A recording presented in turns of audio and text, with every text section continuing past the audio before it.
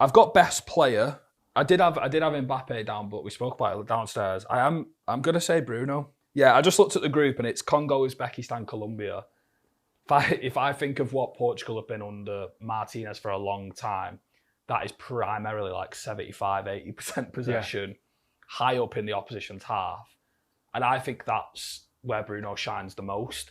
And I think he's obviously going to have two people behind him in João Neves, Vitinha, or two sort of players like that who can almost let him play directly behind the front three. And I think if I look at them three teams, they're most likely going to sit off and try and nick something. I remember in the last World Cup in the group stages, he was exceptional. Yeah. Or if it even might have been the Euros. And yeah, I'm just going to go with that just simply because I think he'll rack up a lot of assists, but I don't think he'll score many goals. Yeah. But I think he's someone who could finish the World Cup on like 6 assists.